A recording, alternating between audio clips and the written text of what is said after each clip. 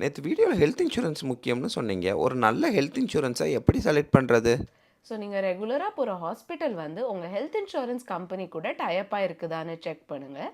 சில health insurance பாலிசியில் வந்து கோபேங்கிற clause இருக்கும். நீங்கள் 50%ம் உங்கள் ஹெல்த் இன்சூரன்ஸ் கம்பெனி 50%ம் பே பண்ணுறது மாதிரி இருக்கும். ஸோ அது இல்லாத பாலிசியாக சூஸ் பண்ணுங்கள். ஸோ சில பாலிசியில் வந்து ரூம் ரெண்ட்டில் லிமிட் செட் பண்ணியிருப்பாங்க 3000 பர் டேன்னு. ஸோ அந்த லிமிட் இல்லாத பாலிசியாக சூஸ் பண்ணுங்கள். Okay ma'am. என் கம்பெனில ஆல்ரெடி 3,00,000 கவர் தந்திருக்காங்க. 4 மெம்பர் ஃபேமிலிக்கு இது சஃபிஷியன்ட்டா? ஸோ உங்கள் கம்பெனியில் தர கவர் வந்து நீங்கள் எம்ப்ளாய்மெண்ட்டில் இருக்கிறது வரை தான் வேலிட். ஸோ ஒன்ஸ் நீங்கள் ரிசைன் பண்ணிட்டீங்கன்னா அது வேலிட் இல்லை. ஸோ நீங்கள் செப்பரேட்டாகவும் ஒரு ஹெல்த் இன்சூரன்ஸ் வாங்கி வைக்கிறது நல்லது. 7 to 10 lakh கவர் இருக்கிறது மாதிரி பார்த்துடுங்க. Okay ma'am. 10,00,000 பாலிசி எடுக்க எவ்வளோ அப்ராக்ஸிமேட்டா ஆகும்?